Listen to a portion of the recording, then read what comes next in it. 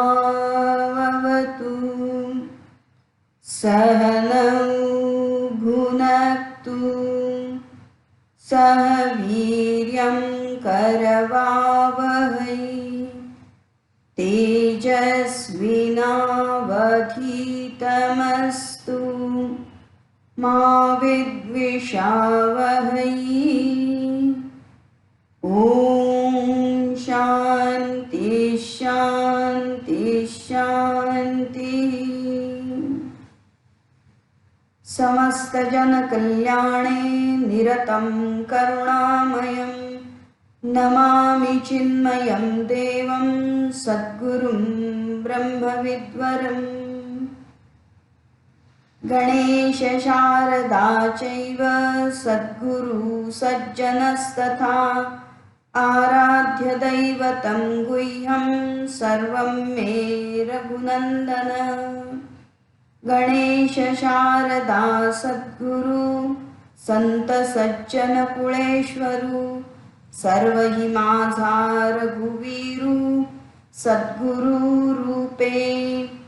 माझे आराध्य दैवत परम गुह्य गुह्यातीत गुह्यपणाची मात न चले जेथे। यो जातो मरुदंशजो क्षितितले संबोधयन् सज्जनान् ग्रंथं यो रचयन् सुपुण्यजनकं श्रीदासबोधाभिधम्। यः कीर्त्या पठनेन सर्वविदुषां स्वान्तापहारी सदा सोऽयं मुक्तिकरक्षितौ विजयते श्रीरामदासो गुरुः। शुकासारिखे पूर्णवैराग्य जासे वसिष्ठा परिज्ञान योगेश्वराचे कवी वाल्मिका सारिखा मान्य ऐसा नमस्कार माझा सद्गुरु रामदासा। मला वाटते अंतरी त्वा तुझ्या दासबोधासी त्वा बोधवावे। अपत्या परिपाववी प्रेमग्रासा महाराजया सद्गुरो रामदासा। जय जय रघुवीर समर्थ। श्रीराम अनुतापे करावा त्याग अथवा करणे भक्तियोग नाही तरी धरणे संग साधुजनाचा। श्रीराम मानवी जीवनाची उत्क्रांती कुठल्या दिशेने व्हायला पाहिजे हे सांगत असताना विधियुक्त ब्रह्मकर्म शास्त्रोक्त वेदांप्रमाणे जेव्हा आम्ही आपलं कर्म करू दया दान धर्म इत्यादी मग काय होतं पुढे किंवा काय करायचं तर अनुतापे करावा त्याग। अनुतापाने पश्चातापाने त्याग करावा अथवा करणे भक्तियोग किंवा मग भक्ती मार्गाला लागावं भक्तियोग करावा। भक्तीमधलं जे साधन आहे ते करावं नाहीतरी धरणे संग साधुजनाचा। संग धरायचा आहे, कोणाची तरी साथ धरायची आहे. आणि ते कोणाची म्हणले तर साधूजन, जे संत आहेत, जे सज्जन आहेत, जे परमार्थाच्या मार्गावर चालत आहेत किंवा ते सिद्ध आहेत, त्यांचा संग करावा म्हटले.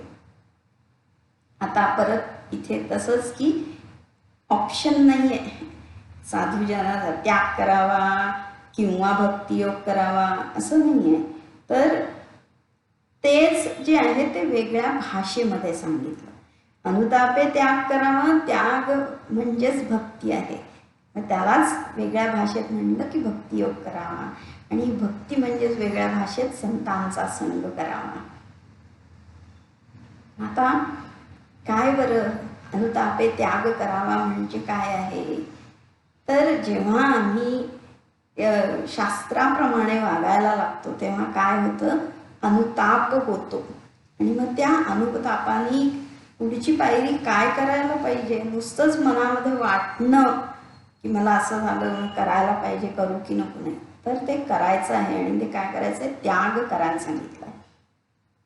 हा अनुताप म्हणजे काय की जेव्हा आम्हाला शास्त्र किंवा संतांचा संग मिळतो तेव्हा चूक काय बरोबर काय हे समजायला लागतं. विधी काय निषेध काय, योग्य अयोग्य याची बुद्धी जी कळली आम्हाला, आणि मग काय होतं आपोआपच, अरे हे आपलं चुकलं, हे बरोबर नव्हतं. आणि अशामुळे आमच्या मनामध्ये पश्चात्ताप होतो. हा जो पश्चात्ताप आहे म्हणजे एकतर तावून सुलाखून निघतो आम्ही, ते जे पोळतो, तो जो ताप होतो, त्या तापाने आम्हाला अनुताप होतो. आणि तो व्हायला पाहिजे, तो खरं आमची पुढची पायरी आहे. नाही तर जळत राहायचं, असाच आहे संसार, दुःखच आहे. आणि मग ते दुःख भोगत राहणे म्हणजे जीवन असं नाही आहे. तर त्या दुःख भोगातून आम्हाला अनुताप झाला पाहिजे की खरंच काय करायला पाहिजे. आपल्याला जे हा नरदेह मिळालेला आहे, आपल्याला जे आयुष्य मिळालेलं आहे, एक एक क्षण आपण कसा वाया घालवला याचा ताप जे होतो, की आपण चुकलो, आपला विचार चुकीचा होता, आपले निर्णय चुकीचे होते, आपलं कर्म चुकीचं होतं, आपण वागलो चुकीचं, हे जे वाटणं आहे ते म्हणजे अनुताप आहे. आणि मग पश्चात्तापाने काय करायचं? मग आपल्यावर ताप येऊन आपल्याला मारायचं, कशाचा त्याग करायचा? तर या पश्चात्तापाचा त्याग करायचा. आता ह्या त्याग करणं जे आहे, पहिली गोष्ट आहे की आधी मला समजलं पाहिजे की आपण चुकीचं करतो आहोत किंवा आपण काय करतो आहोत. ही विचार जेव्हा सुरू होतो तेव्हा मग काय सोडायचं आणि काय धरायचं, कशाचा त्याग करायचा. त्याग हा शब्द फार मोठा आहे ना. आपली संपूर्ण ही वैदिक सनातन जे संस्कृती या त्यागावर अधिष्ठित आहे. त्याग सगळ्यात महत्त्वाचा सांगितला आहे. त्याग म्हणजे यज्ञ आहे. यज्ञामध्ये येतो अग्नी जो प्रज्वलित झालेला असतो, त्याच्यामध्ये आम्ही आहुती देतो, तो त्याग आहे सगळा. आणि पण मग ही अगदी प्राथमिक स्तरावरचा त्याग म्हणजे अनुतापे त्याग. म्हणजे अरे कर्म हे असं परत आता कधी यायला नको मला, म्हणून तो त्याग करायचा आहे. जसं आपण घरामधला कचरा काढून टाकतो तसा हा त्याग आहे. पण तशा जशा वरती आम्ही उत्क्रांती आपली होत जाईल, आध्यात्मिक प्रगती होईल, तशी या त्यागाची व्याप्ती वाढत जाते. अगदी सर्वोच्च त्याग म्हणजे की जसं हे पूर्ण ब्रह्म, हे सगळं काय आहे, वासुदेव सर्वमिती सर्वं खलु इदं ब्रह्म, हे सगळं ब्रह्मच आहे.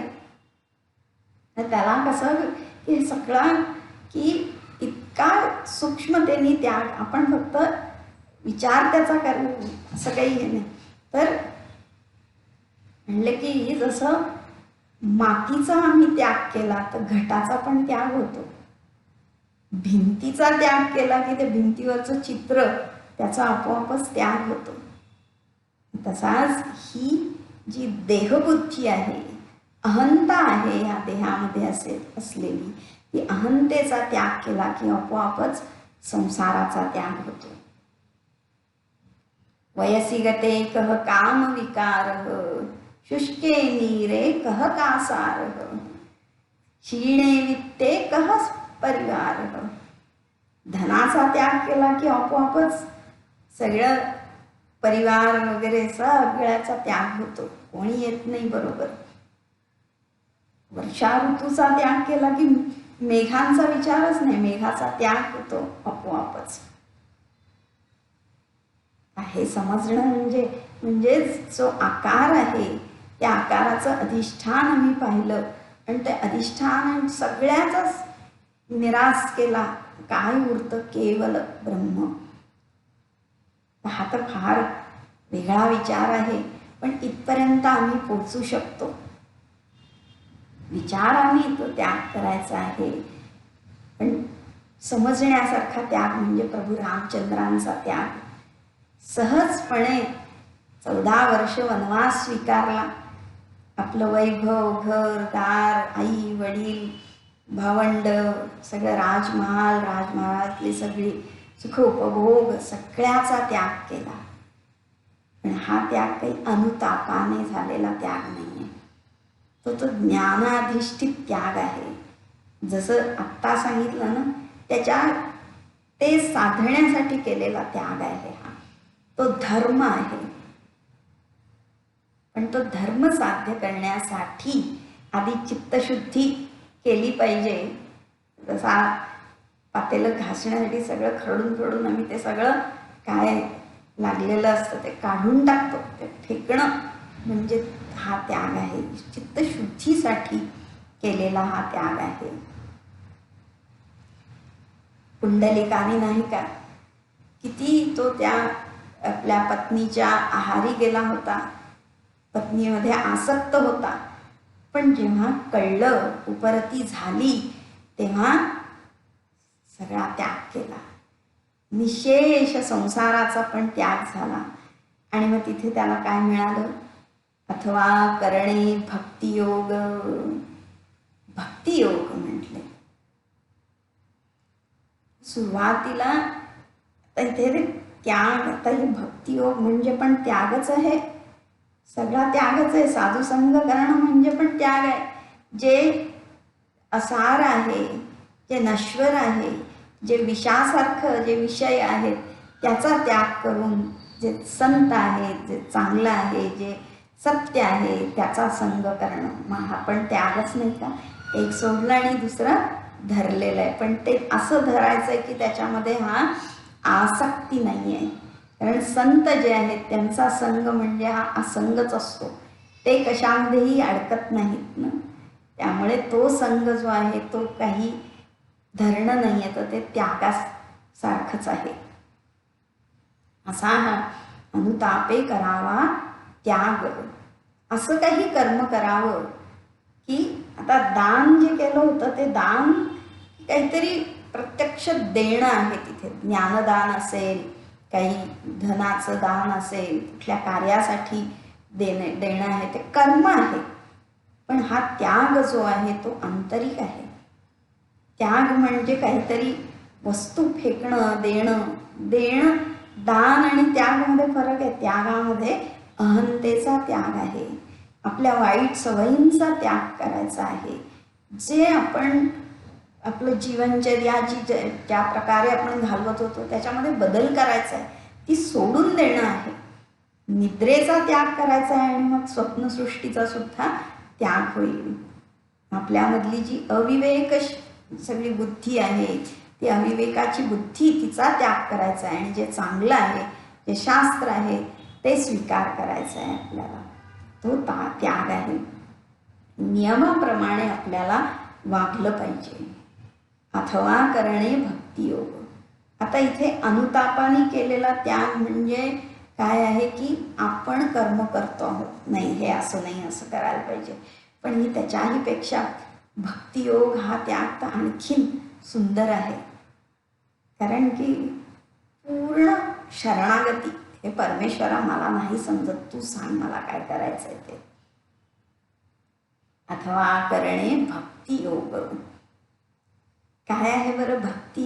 ना इथे काय सांगितलंय? भक्तियोग. म्हणजे भक्तियोग म्हणजे काय आहे, तिथे काहीतरी फक्त मंदिरात जाणे, घंटा वाजवणे, आरती करणे इतकंच नाही आहे. हे सगळं असेल, पण तरी हे म्हणजे भक्तियोग नाही. तर भक्तियोग म्हणजे काय, योग म्हणजे जोडणे, भक्त आणि भगवंत यांचा संबंध, भगवंतावरची प्रीती, भगवंताबद्दल आसक्ती निर्माण करणं जी आहे तो भक्तियोग आहे. मग त्याच्याबरोबर प्रीती धरायची आहे, त्याच्याबरोबर जो मैत्री करायची आहे, तर बाकीच्या सगळ्याला सोडून द्यावं लागतं ना, मग तो त्यागच आहे. मग भक्तियोग करायचा म्हणजे काय करायचं बरं, ते 4 प्रकार सांगितलेत भक्तियोग म्हणजे. मग ते 4 प्रकार होऊ शकतात, 4 पायऱ्या होऊ शकतात, आणि त्याच्या सगळ्यामध्ये त्यागच आहे खरा. पहिली सगळ्यात म्हणजे अगदी भगवंताशी जोडणं ते काय आहे, मय्येव मनाधत्स्व मयि बुद्धिं निवेशय. भगवंत म्हणले की तुझं मन, तुझी बुद्धी तू मला देऊन टाक, त्याचा त्याग कर. मनाचा त्याग करायचा म्हणजे काय करायचं, मन समर्पित करायचं म्हणजे काय करायचं, बुद्धी समर्पित करायची म्हणजे काय करायची बरं, संकल्प विकल्पात्मकम मन, की तोच संकल्प करता आहे, तू करणार आहेस सगळं, हे स्वीकार करणं. निश्चय करणारी बुद्धी, पण मग निश्चय तू करतोस, सगळं करता करविता तू आहेस म्हणजे भक्तियोग. पण हे सहजासहजी शक्य आहे का, आपण देवाला कुठलं, आपण समोर सुद्धा जे दुसऱ्यांनी करून दिलं तरी पण माहिती आम्हीच केलं, तर अहंकार अतिशय पुढे येत असतो. हे सगळ्यात शक्य नाही होत. मन पूर्णपणे समर्पित करणं, मन हे भावनांचं जे आधार आहे, या सगळ्या आपल्या मनातल्या ज्या भावना आहेत, प्रेम, त्या भगवंताला समर्पित करायच्या. म्हणजे जो काही भाव करायचा तो भगवंतासाठी करायचा, भगवंताचा करायचा. जो काही निर्णय करायचा, जो काही विचार करायचा तो भगवंताविषयीचा विचार करायचा. हे मन आणि बुद्धी समर्पित करणं होय. पण हे सहजासहजी नाही शक्य. चला आजपासून भक्तियोग सुरू, असं शक्य आहे का? ती श्रद्धा येणं कितीतरी, आज नको उद्या नको, हे तर झालं सगळं माहिती असूनही आम्ही करत नाही. तर मग माहिती नसेल तर लगेचच सुरू नाही करताय. तर पैसे भरले, ॲडमिशन घेतलं आणि झाला भक्ती, आम्ही झालो आजपासून भक्त, असं सोपं नाही आहे ते. म्हणून तर हे सगळे सूक्ष्म असा हा प्रवास आहे, पण तो खरा आनंद देणार आहे. आणि या खेळामध्ये जर आपण या दिशेने भाग घेतला तर खूप मजा येईल ना. संसाराच्या रोजच्या काय हे झालं ते झालं, त्यांनी असं म्हटलं, ह्याच्यापेक्षा ह्या शास्त्राचा आधार घेऊन हा खेळ खेळावा, करावा भक्तियोग. मग आता समजा मला काही मन काही अर्पित करता येत नाही, तर मग काय करायचं, भगवान सांगतात ना, दुसरा ऑप्शन लगेच सांगितलाय भक्तियोगामध्ये. सगळे जसं मार्केटमध्ये वेगवेगळ्या क्वालिटी असतात ना, हे नाही मिळालं तर हे घ्या, हे काय करायचं आहे ते, तसं भगवान सुद्धा सगळे ऑप्शन देतात आम्हाला. म्हणले की अथ चित्तं समाधातुं न शक्नोषि मयि स्थिरम् अभ्यास अभ्यास योगेन माम इच्छितुं माम आप्तुम् इच्छ. अभ्यास योग सांगितलाय, अभ्यास करायचा आहे. ते मन त्याच्यामध्ये लावण्याचा अभ्यास करायचा, आपल्या विचारांची दिशा बदलायची आणि त्या परमेश्वराकडे लावायचा प्रयत्न करायचा. अहंता कमी करायची, कर्तृत्व भोक्तृत्वाचा त्याग करायचा, चिंतेचा त्याग करायचा आणि त्याचा अभ्यास करायचा आहे. मन भावुक झालं पाहिजे, त्या भावनाच्या संवेदनशील करण्याचा अभ्यास करायचा आहे. दुसऱ्यांबरोबर सामावून घेण्याचा प्रयत्न, आपल्यावर कोणीतरी असावं हेच ना, कोणाचा तरी संग धरायचा आहे. तरी आत्मकेंद्रित वृत्तीच आहे, मला कोणी नको असं नाही आहे. सगळ्यांनी मिळून एकत्र गुण्या गोविंदांनी राहणं जे आहे तो सगळा अभ्यास आहे. तर आम्ही सर्व व्यापक होऊ शकतो, पण ते पण फार अवघड आहे ना. मग अभ्यास करण्यासाठी जो अधिकार प्राप्त व्हायला पाहिजे. मग काय म्हणले भगवान, अभ्यासे अपि असमर्थ असी. अभ्यास करायला पण हे अशा प्रकारे सगळ्या भक्ती करायला पण तू असमर्थ असशील, तुझ्यामध्ये क्षमता नसेल तर मग काय कर. मत्कर्म परमो भव मदर्थमपि कर्माणि कुर्वन् सिद्धिमवाप्स्यसि. ते काही कर्म तू करशील ते माझ्यासाठी कर, मला अर्पित कर. कर्म सगळं मला अर्पित कर, म्हणजेच काय करता करविता तो आहे असं समज. पण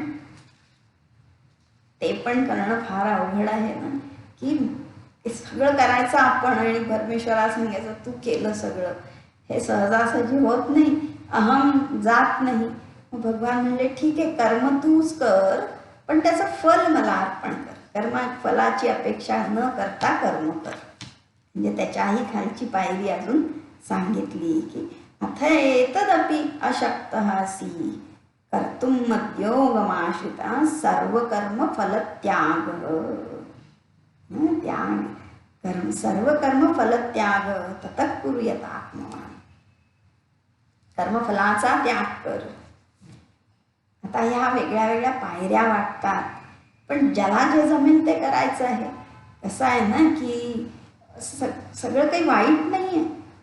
आता समजा एखाद्याला काय कॉमर्सचा अभ्यास करत असेल आणि मग दुसरा जो सायन्स घेतो, मग कॉमर्स कमी आहे का सायन्स कमी आहे? कमी नाही आहे, रुचीमध्ये भेद आहे. त्याच्या जे विचार करण्याची हे की त्याला गणित आवडतंय, आकडे काय बिझनेस व्यापार आवडतोय, आणि इथे काही संशोधन आहे किंवा काय शास्त्राचा अभ्यास रसायन आहे, भौतिक आहे, ते आवडतंय. त्याच्यात कमी वेस नाही, विविधता आहे ह्याच्यामध्ये. त्यामुळे कुठलाही आम्ही मार्ग स्वीकारू शकतो आणि आम्ही कुठल्या स्तरावर आहोत त्याप्रमाणे हे काम आहे सगळं. एकूण काय की त्या भक्ताशी भगवंताशी आपल्याला जोडलं जायचं आहे. तोच तर आहे की जेव्हा वाईट आम्ही टाकून देऊ तेव्हा राहतं जे चांगलंच राहतं.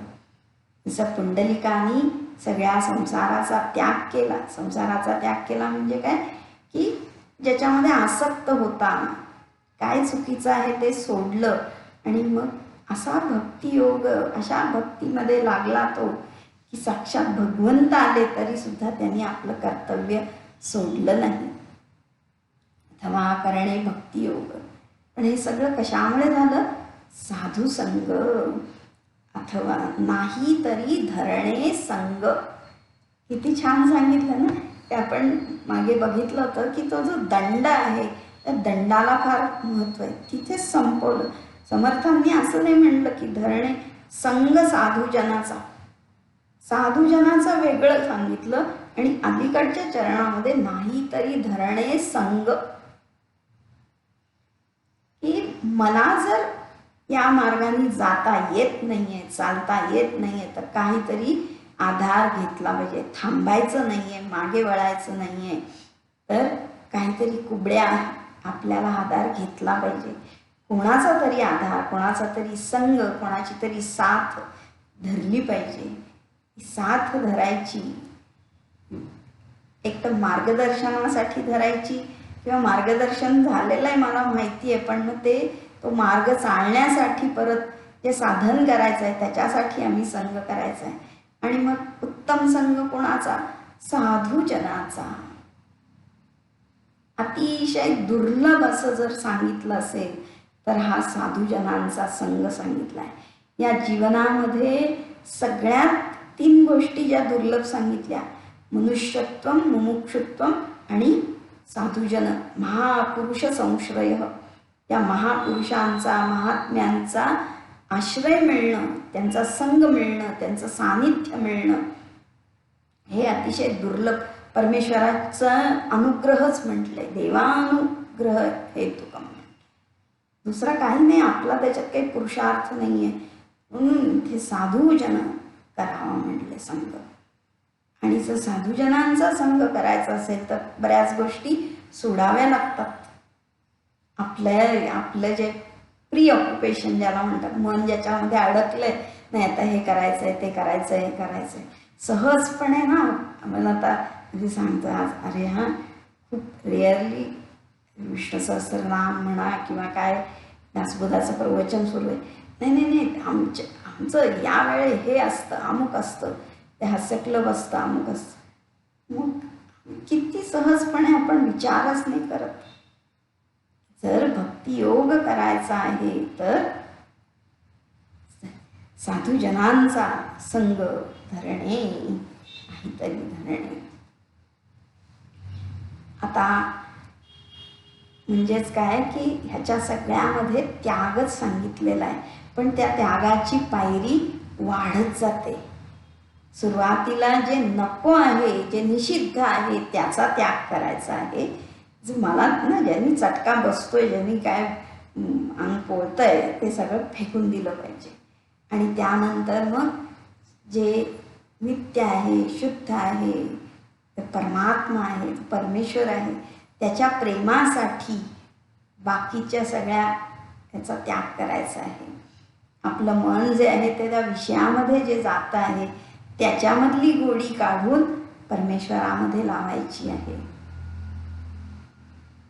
आणि मग ती लावण्यासाठी, ती भक्ती करण्यासाठी असे जे भक्त आहेत त्यांच्याबरोबर जाण्यासाठी संसाराचा त्याग करायचा आहे.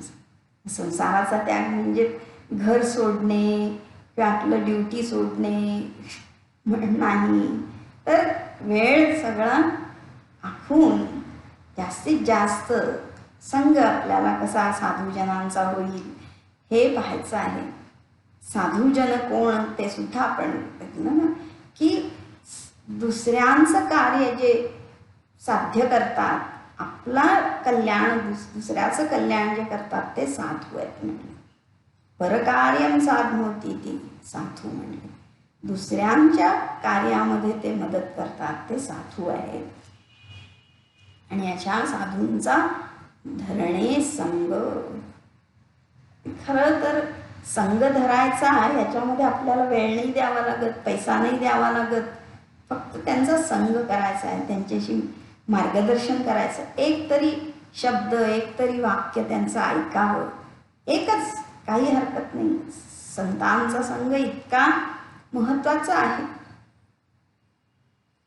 परती होते आणि मग काय मुक्तीचा मार्ग खुला होतो ना त्याच्यामुळे. एकदा एक अशाच एक अम्माजी प्रवचनाला गेल्या होत्या आणि त्यांनी प्रवचन ऐकलं, संत साधू संतांचं प्रवचन. आता कसं काय ना, दिवसभर आम्ही आपली संसाराची कामं सगळं करत असतो आणि मग थकून जातं मन, आणि थकलं भागलेलं मन काही ऐकायला काही तयार असतं का? ते थकलं भागलेलं मन जेव्हा शांती मिळते ते आपोआपच काय होतं, निद्राधीन होतं, झोप लागते तिथे प्रवचनामध्ये. पण तिथे थोड्या डुलक्या खात का होईना जे काही 2-4 शब्द त्यांनी ऐकले, फार आनंद वाटला तिला. आणि मग आले, घरी आल्या. रात्री झोपल्यावर पतीने विचारलं, गप्पा चालतात, अरे आज तू प्रवचनाला गेली होती तर आम्ही तर काय सगळे काय बरं सांगितलं त्या साधूबुवांनी? म्हणजे तर मला काय एवढं कळलं नाही, तर ते ऐकलं पण नव्हतं ना, पण तरी पण जे काही सांगितलं ते मी सांगते म्हणली. म्हणजे जे काय असेल तसं सांग तुझ्या भाषेमध्ये, आम्हाला पण थोडा साधू संग होईल. आणि मग अशा गप्पा रंगत ती सांगत होती.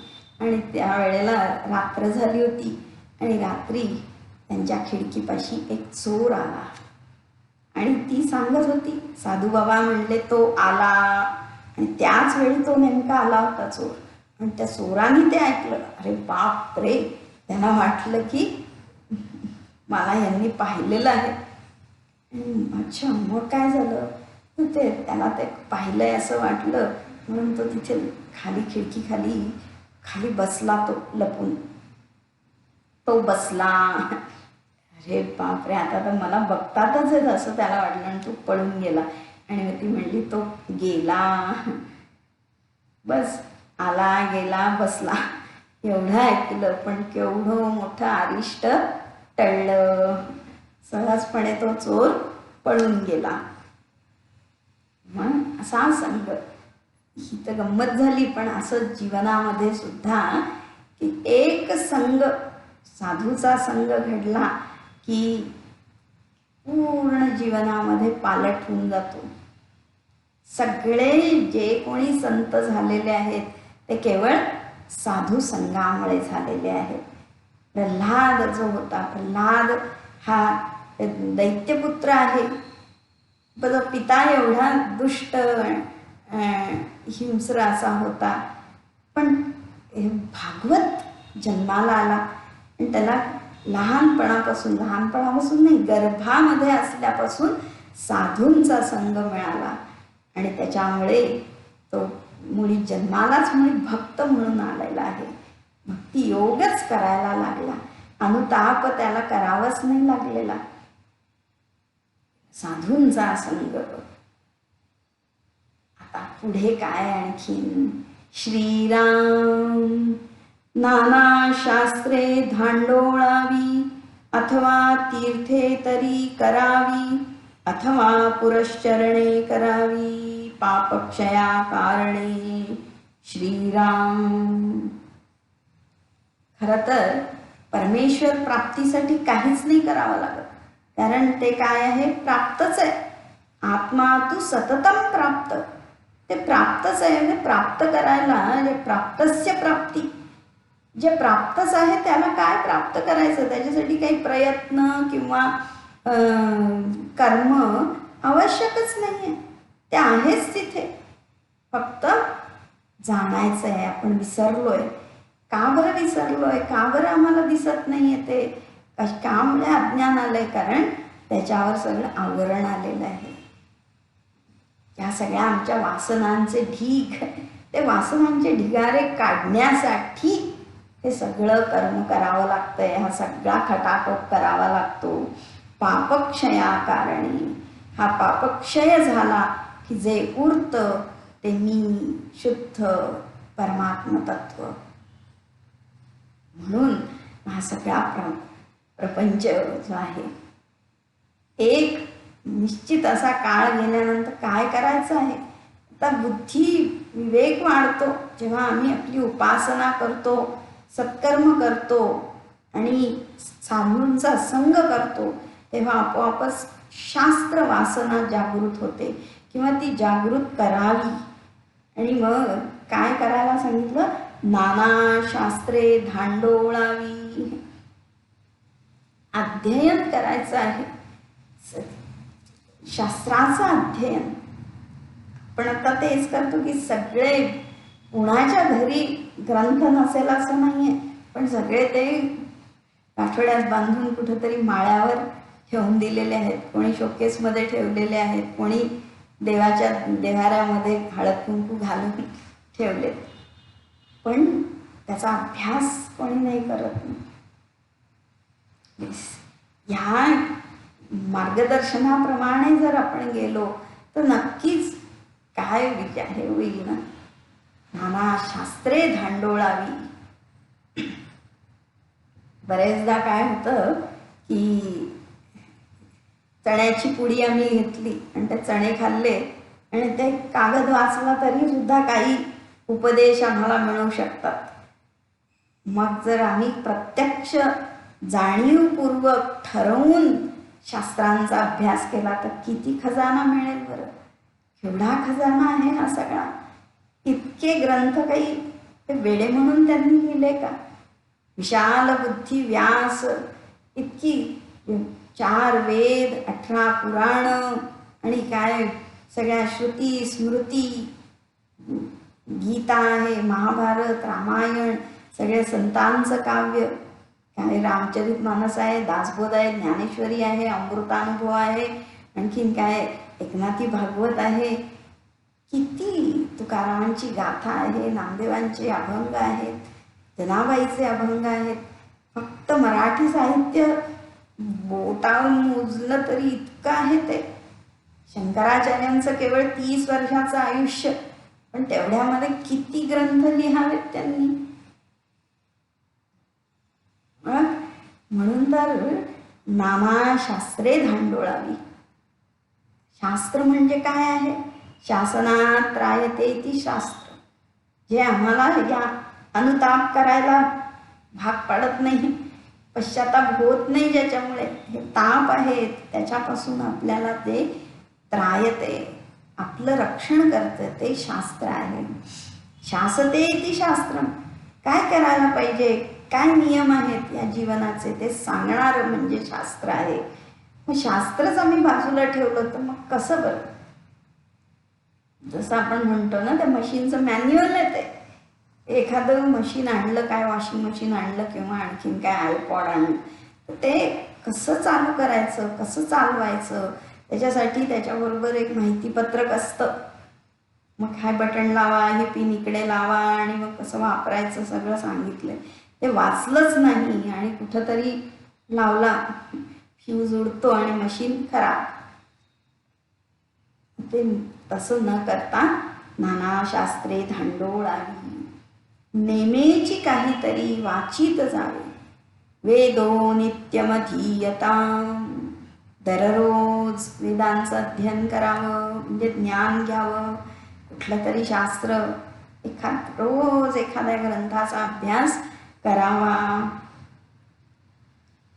कुठेतरी समजा मला समाधान नसेल तर कुठेतरी आपल्याला हवं आहे ते मिळेल. हां, हेच मला असं हवं होतं, हीच माझी रुची आहे, हेच रहस्य मला आज इथे कळलं. आणि किती शास्त्र आहेत हे सगळं. आपला जो पहिला समास आहे, समर्थांनी हा ग्रंथ लिहिताना किती ग्रंथांचा अभ्यास केला आहे.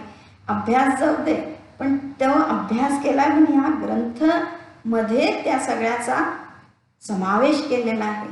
त्या ग्रंथांचा संदर्भ त्यांनी इथे घेतलेला आहे आणि त्याची सगळी सूची, अनुक्रमणिका आपण त्या पहिल्या समासामध्ये आहे. पहिल्या दशकाच्या पहिल्या समासात किती अनेक गीता आहेत, शास्त्र आहेत आणि त्याचं सगळं आपण विश्लेषण सुद्धा व्यवस्थित केलेलं आहे ना.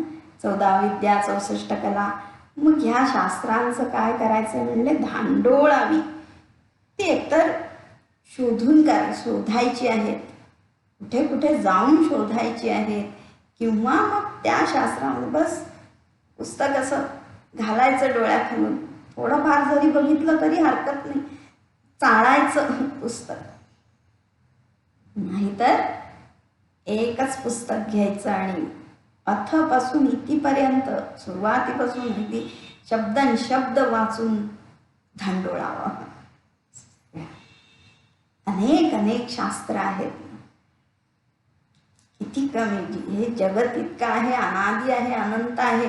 आणि हा जन्म काय, आणखी 100 जन्म जरी घेतले तरी सुद्धा कमी पडतील, इतकी शास्त्र आहेत. पण त्यातलं एखादं तरी आपण घ्यावं आणि त्याचा अभ्यास करावा. इतके करुणामयी आहेत आमचे समर्थ. आता हे असं ऐकल्यावर कोणी उठून जाईल किंवा ऐकणार नाही, ते पुस्तक म्हणलं की आमचं मस्तक फिरतं. म्हणून पुस्तक वाचायला आवडत नाही, वाचायची रुची नाही किंवा अभ्यास करण्याची अजून तशी वृत्ती होत नाही. मग ठीक आहे, फिरायला आवडतं ना, मग चला दुसरा ऑप्शन सांगितला, अथवा तीर्थे तरी करावी. शास्त्राचं अध्ययन नाही केलं तरी तीर्थाटन करावं म्हटले. आपली ही भारतभूमी म्हणजे तीर्थक्षेत्र आहे. जाऊ तिथे, कोणाची तरी समाधी आहे, मोठी मंदिरं आहेत, काहीतरी इतिहास तिथे घडलेला आहे, कुठल्या तरी पुराणातल्या जो प्रसंग आहे त्या प्रसंगाचं ते साक्ष देणारं ते स्थान आहे. अशी अनेक स्थळं तिथे आहेत ना. अष्टविनायक, 12 ज्योतिर्लिंग आणि 52 शक्तिपीठं आहेत, 4 धाम आहेत. भारताच्या 4 दिशांची 4 धामं, हिमालयातली 4 धामं, द्वारका आहे आणि काय बद्री केदार आहे, अयोध्या आहे, सप्तपुरी ज्या आहेत, किती जर ठिकाणं बघ सगळी आहेत. मग काय करायला सांगितलं की तीर्थाटन करायला सांगितलेलं आहे. सगळ्यात मोठं पुस्तक असेल तर हा निसर्ग आहे, ही प्रकृती आहे. त्याची पानं एक एक धांडोळण्यासाठी, ती एक पालटण्यासाठी असं तीर्थाटन करावं. अगदी देवाचं मंदिर नाही केलं तरी सुद्धा पायी प्रवास करत करत करत अनुभव घ्यावा. आमच्या संतांनी सुद्धा नाही का, शंकराचार्यांनी काय केलं तर घर सोडल्यानंतर कुठे केरळ म्हणजे अगदी भारताचं दक्षिणेचं टोक, त्या दक्षिणेच्या टोकापर्यंत पासून ते हिमालयाच्या उत्तर टोकापर्यंत आणि इकडे पूर्व जी जगन्नाथपुरी तिथपासून ते मुंबापुरी सगळीकडे ते पायी हिंडले. शंकराचार्यांनी पदयात्रा केली, भारत प्रदक्षिणा केली. ज्ञानेश्वर महाराजांनी त्यांच्या पित्याने विठ्ठलबंधांना जेव्हा वाळीत टाकलं लोकांनी की तुम्ही, तेव्हा म्हणले आता काय करायचं आपण, रोज उठून काहीतरी शेण फेकत होते, दगडं मारत होते. चला म्हणले त्या छोट्या छोट्या लेकरांना घेऊन आमचे विठ्ठलपंत यात्रेला निघाले. सगळी यात्रा केली, पायी यात्रा केली. किती लहानपणी केली बरं त्यांनी. मुक्ताबाई वगैरे ते कडेवर त्यांना घेतलं होतं, इतके लहान होते सगळे. आणि त्या काळामध्ये ज्ञानेश्वर माऊलींनी हे सगळं जगत बघितलं. त्या जगतातली जे लोक जीवन बघितलं, दिनचर्या बघितली, शेत बघितली, शेतकरी बघितले, ती शेती कशी करतात, झाडं कशी आहेत, किती प्रकारची फुलं आहेत आणि किती प्रकारची माती आहे, कसे डोंगर आहेत, आणि सर्प बघितले, प्राणी बघितले, पक्षी बघितले, सगळं त्यांनी जीवन बघितलं. लोकांच्या प्रवृत्ती बघितल्या, निरनिराळ्या भाषा बघितल्या, वागणुकीची पद्धत बघितली, सगळ्या लोककला बघितल्या. अनेक सगळं इथे इतकं आहे ना. हे सगळं पाहायला हा खुला ही पुस्तकं आहेत सगळी, निसर्ग म्हणजे. आणि भाषा म्हणून नाना तीर्थे करावी म्हटले. समर्थांनी सुद्धा बस 12व्या वर्षी जे पळाले तिथून, टाकळीला 12 वर्ष तपश्चर्या केली, पण त्यानंतर मग संपूर्ण भारतभर प्रदक्षिणा केली. इकडे दक्षिणेकडे तंजावर वगैरे तिथे जिथे जिथे गेले तिथे तिथे मारुतीची स्थापना केली. सगळीकडे फिरले, आपल्या संप्रदायाचा प्रचार केला, संप्रदायाची स्थापना केली आणि धर्मप्रचार केला, लोकांना जागृती केली. सगळं आपलं अवलोकन तर केलंच, जंगलं पाहिली, जंगलामधल्या जडीबुटी, किती निरनिराळ्या वनस्पती, औषधी, या सगळ्यांचा पण अभ्यास त्यांनी केला. हे सगळंच की पाहिलेलं आहे. जगत जितकी विविधता आहे ती सगळी पाहिली. आत्ताच्या युगामधले आमचे गुरुदेव स्वामी चिन्मयानंद यांना देखील त्यांच्या गुरूंनी हीच आज्ञा केली. म्हणजे तुला जर प्रवचन करायचे तर आधी भारत यात्रा कर म्हणले, भारत प्रदक्षिणा कर. गुरुदेवांनी सुद्धा या काळामध्ये केवळ एक झोळी घेऊन संपूर्ण भारतभर, कधी एखाद्या झाडाखाली, कधी एखाद्या मंदिरामध्ये किंवा कधी एखाद्या ओळखीच्या घरी राहून मुक्काम करायचा आणि पुन्हा भारत 6 महिने पूर्ण भारताचं अवलोकन केलं. स्वातंत्र्य मिळालेलं होतं पण तरी आपल्या संस्कृतीचा ऱ्हास त्यांनी पाहिला. सगळ्या या लोकांमध्ये जी दैन्य सगळं आलेलं होतं, दारिद्र्य होतं, दुःख पाहिलं त्यांनी. आणि ते पाहिलं की इथे फक्त आपल्या संस्कृतीचा ऱ्हास झाला आहे म्हणून हे सगळं आहे. त्यांना ज्ञान दिलं पाहिजे ही प्रेरणा त्यांना मिळाली आणि त्यांनी हे असं मोठं कार्य केलं. हे आत्ताचे संत झाले पण ही परंपराच आहे. मुळी आजकालच्या काय कॉलेजच्या सिलेबसमध्ये ना स्टडी टूर म्हणून असतं. एखाद्या विषयाचा अभ्यास करायचा आणि मग त्या फॅक्टरीला म्हणा किंवा त्या मॉलमध्ये काय व्हिजिट द्यायची. पण ही आपली परंपरा प्रॅक्टिकल जे एक्सपिरियन्स खरा किती काळा शास्त्रामध्ये सांगितलं आहे. तीर्थाटन काही माझ्या मनाचं किंवा समर्थ आपल्या मनाचं सांगत नाही आहेत, शास्त्रांनी सांगितलेलं आहे ते. प्रभू रामचंद्र सुद्धा नाही जेव्हा गुरुकडे दीक्षा मिळाल्यानंतर तीर्थाटनाला जायचं, बाहेर पडायचं. आणि प्रभू रामचंद्र सुद्धा असेच भारत दर्शन करायला निघाले. आणि त्यांनी जे पाहिलं भारत, जेव्हा त्यांनी पाहिलं की इथले लोक गांजलेले आहेत, दुःखी आहेत, रोग पीडित आहेत, आणि ते पाहून रामाची जी मनस्थिती झाली, अक्षरशः म्हणजे मूर्ती, दगडाची मूर्ती जशी स्तब्ध होते तसे राम झाले.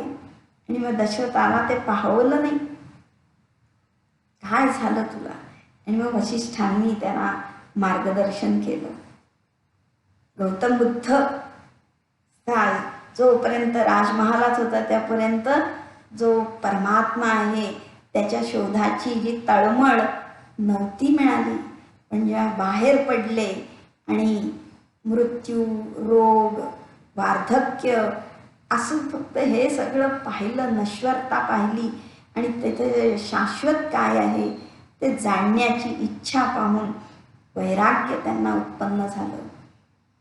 अशी ही तीर्थाटनं जे आहेत, किती महत्त्वाचं बरं आहे हे सगळं. काय आहे हे तीर्थ का म्हणलं बरं.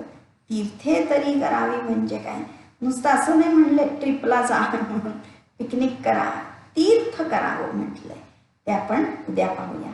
जय जय रघुवीर समर्थ.